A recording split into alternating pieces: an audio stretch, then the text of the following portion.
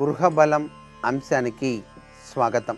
గృహమే కదా స్వర్గసీమ అని చెప్పేసి మనం భావించినప్పటికీ ఆ గృహంలో నివసించేటువంటి వారంతా కూడా ఆనందహీలతో జీవితాన్ని గడపడానికి వాస్తుశాస్త్రం ప్రముఖ పాత్ర వహిస్తోంది. వాస్తు పురుషుని యొక్క ప్రభావం ఆ గృహ యజమాని అనుభవించేటువంటి తీరుతెన్నులు, ఆ ఇంట్లో ఉండేటువంటి వాతావరణ పరిస్థితులు, చుట్టుపక్కల ఉన్నటువంటి ఇండ్ల నిర్మాణ పరిస్థితుల యొక్క ప్రభావం ఆ ఇంటి పైన ఏ తీరున పనిచేస్తూ ఉన్నాయి, ఆ బజారులో ఉండేటువంటి ఆ యొక్క వీధి లక్షణ తత్వం, ఆ వీధులలో దాగిన పరమార్థం, ఆ వీధుల నుంచి మరొక వీధి వచ్చి ఈ ఇంటిని తగిలినప్పుడు కలిగేటువంటి విశిష్టవంతమైనటువంటి లక్షణాలతో పాటుగా ఇవన్నీ అంచనా వేసుకుంటూ తనకు ఆ గృహము సర్వవిధ శ్రేయోదాయకమా కాదా అనేటువంటి విషయాన్ని గుర్తెరుగుతూ ఆ ఇండ్లు చక్కగా నిర్మాణం చేసినప్పటికీ కూడా ఆ ఇంటిలోని వారు ఎందుచేత సుఖశాంతులు లేక జీవితాన్ని గడుపుతున్నారు అని ఒక్కసారి ఆలోచించినప్పుడు ఆ ఇంటిలోనికి పక్కనే ఉన్నటువంటి చెట్లపైన నివసించేటువంటి గబ్బిలాల యొక్క గుంపుల యొక్క ప్రభావం ఆ ఇంటిపైన ఏ విధంగా తీరుతెన్నులను ఏర్పాటు చేస్తోంది, ఆ ఇంటిలో చూసినప్పుడు ఆ ఇంటికి పట్టినటువంటి తేనె తెట్టె యొక్క ప్రభావాలు ఏ విధంగా ఉంటాయి. అంతేకాక ఆ ఇంటి నిర్మాణంలో అందం కోసం నిర్మాణం చేసినటువంటి ఆ యొక్క చెట్లు పాకినటువంటి తీరు తెన్నులు, ఆ ఇంటి కిటికీలను దాటి పయనించినటువంటి విధి విధానం ఆ ఇంటి వారిపై ఏ విధమైనటువంటి ప్రభావాన్ని ఏర్పరుస్తుంది.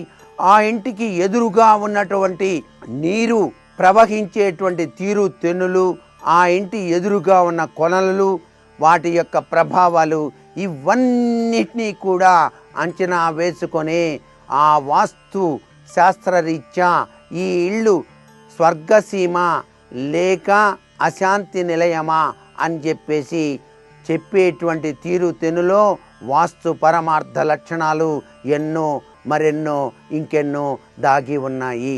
అంతా బాగానే ఉంది. అటు వీధి రాజవీధి, ఇటు వీధి జనాలు తిరుగుతున్నారు. అయినప్పటికీ కూడా గేట్లు అరుగులు అన్నీ చక్కగానే నిర్మాణం చేసినప్పటికీ కూడా ఆ ఇంటిలో భయోత్పాతాలు ఎందుకు సంభవిస్తున్నాయి? దాని వెనకాల పరమార్థ లక్షణం ఏమిటి? తరచూ ఎందుకో తెలియదు అందరికీ అనారోగ్యాలు సంభవిస్తున్నాయే. ఏమిటి ఈ లీల? ఇది పరమేశ్వరుని యొక్క చిత్ర విలాస విన్యాసకారకమా లేక ఏమిటి అని ఆలోచించే వాళ్ళు కూడా ఉన్నారు. ఇది వాస్తు శాస్త్రంలో భూమి లోపల దాగినటువంటి విధి విధాన ప్రక్రియ. ఈ భూమి లోపల ఉండేటువంటి వాటిని గ్రహించక కేవలం భూమి బాగానే ఉంది, నిర్మాణం చేసేద్దాం అని ప్రారంభించటం వలన జరిగిన అనర్థదాయకమైన ప్రభావాల నుంచి ఏ విధంగా బయటపడాలి? దానికి ఏదైనా వాస్తుశాస్త్రరీత్యా సలహాలు ఉన్నాయా అని చెప్పేసి ఆలోచించే వారి యొక్క ప్రభావం కోకొల్లలుగా మనకు కనిపిస్తూనే ఉంటుంది. ఏ గ్రామమైనా అభివృద్ధి చెందాలన్నా, ఆ గ్రామంలో నివసించేటువంటి వారు సఖ్యత స్వరూపంతో అందరూ కలిసి ఉండాలి అన్నా, ఆ గ్రామంలో కేవలం రామాలయం ఒక్కటే కాదండి, శివాలయం కూడా ఉండి తీరాలి ప్రతి ఒక్క గ్రామానికి అనేటువంటిది వాస్తుశాస్త్రంలో దాగిన పరమ రహస్యం. పిల్లలకు పడక గది మాత్రం దక్షిణం మధ్య కానీ పడమర మధ్య కానీ వాయువ్యంలో కానీ ఆగ్నేయంలో కానీ ఉండవచ్చు. అలాగే పూజా మందిరం చక్కగా తూర్పు మధ్య కానీ పడమర మధ్య కానీ ఏర్పాటు చేసుకోవచ్చు.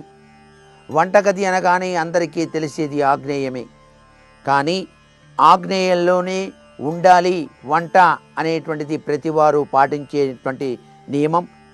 కానీ తూర్పు తిరిగి ఆ గదిలోనే ఆగ్నేయ మూల వంట చేయాలి గృహిణి అనే విషయం ఇక్కడ గుర్తెరగాలి. అలాగే మనకి పడక గది అనేటువంటిది నైరుతి మూలలో ఉండాలి. ఆ యొక్క పడక గదిలో వేసిన మంచం చుట్టూతా ఖాళీ స్థలం ఉండాలి.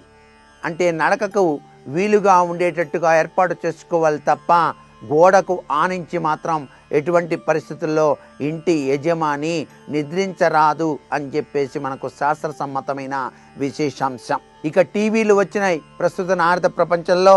ఈ టీవీలు ఎక్కడ ఉంచితే మంచిది అని చెప్పేసి ఆలోచించినట్లయితే టీవీలు హాలులో కానీ ఏదైనా గదిలో కానీ ఆగ్నేయంలో ఉండాలి.